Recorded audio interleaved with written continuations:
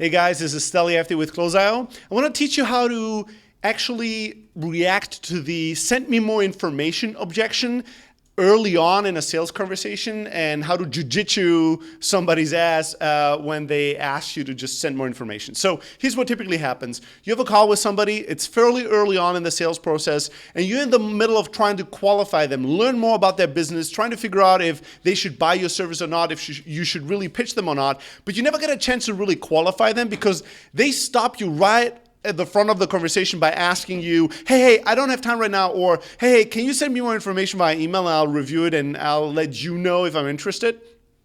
Now, here's why it's bad to just do that. Like, many salespeople will just go, okay, I'll send you more information and then let me know if you're interested, right? All right, bye. And they hang up.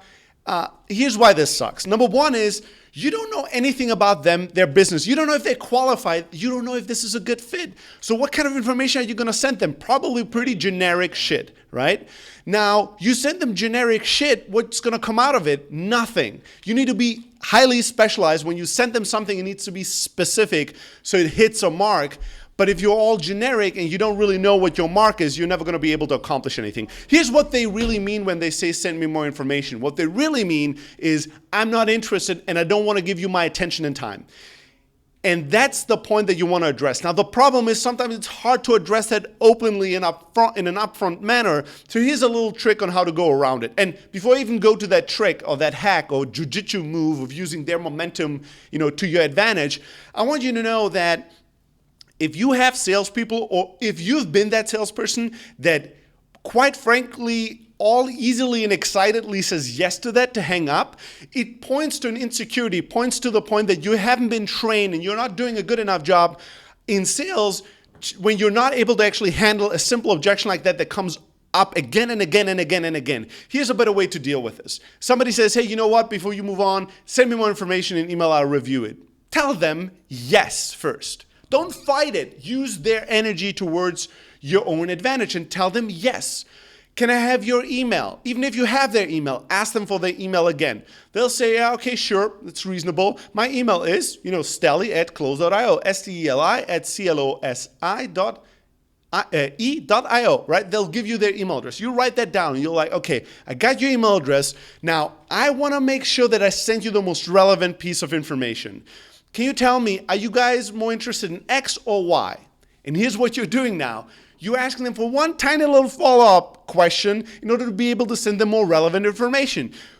If they answer you, most of the time they will, what happens is now you're starting to shift the momentum. What happens is they brought down their guard, they gave you more information, which means they've invested a little bit more time, a little bit more effort, a little bit more energy into the conversation. And every moment that they keep on investing makes it harder for them to actually get out of the call. I mean, it's a simple truth. So now you have their email address. Now you have a little bit of surface information. Now what you can do is two things. You can, if you want to be risky, risk seeing if you can get more and get actually deep into the ground of where the real gold nuggets are, and ask, wow, so you guys are really doing this, and ask a follow-up question. How and why and in what context and what has been challenging? And you can see if you can actually engage them. If you see that they are getting engaged, and I've done this hundreds of times, we've trained people to do this hundreds of times, people say, can you send me more information? 20 minutes later, they're still on the call. And they're actually enjoying themselves because they protected themselves against a sleazy sales call and a high-pressure cold call. But what it ended up being is kind of a very highly engaged, open conversation, a give and a take, where both parties try to figure out, is there a way for us to work together and create value? And the other party, the sales guy, actually was not just asking questions, but paying attention and actually listening and actually caring, right? People enjoy that, and they'll have a conversation much longer with you than they ever anticipated. And then when you hang up and you send that information, it's going to be both relevant. You might have already scheduled a follow-up call, and the sales process moved along in a really beautiful manner.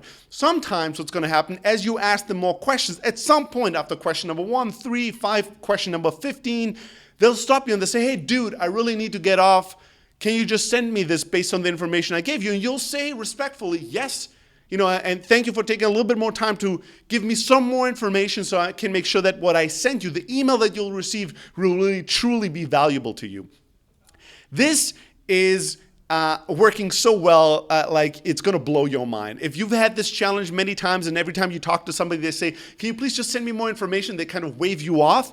Say yes first, agree to their terms and their demands, write down their email, ask them for one more follow-up question, and then sensitively figure out if you can ask another question. Sometimes the sales call is just going to go on as planned. You're going to go through the qualifying stage, you're going to do pre-sales, and you might even be able to close them right there on the phone call, because what you did is you brought their guard down just enough for them to realize that they actually are interested in this call, right?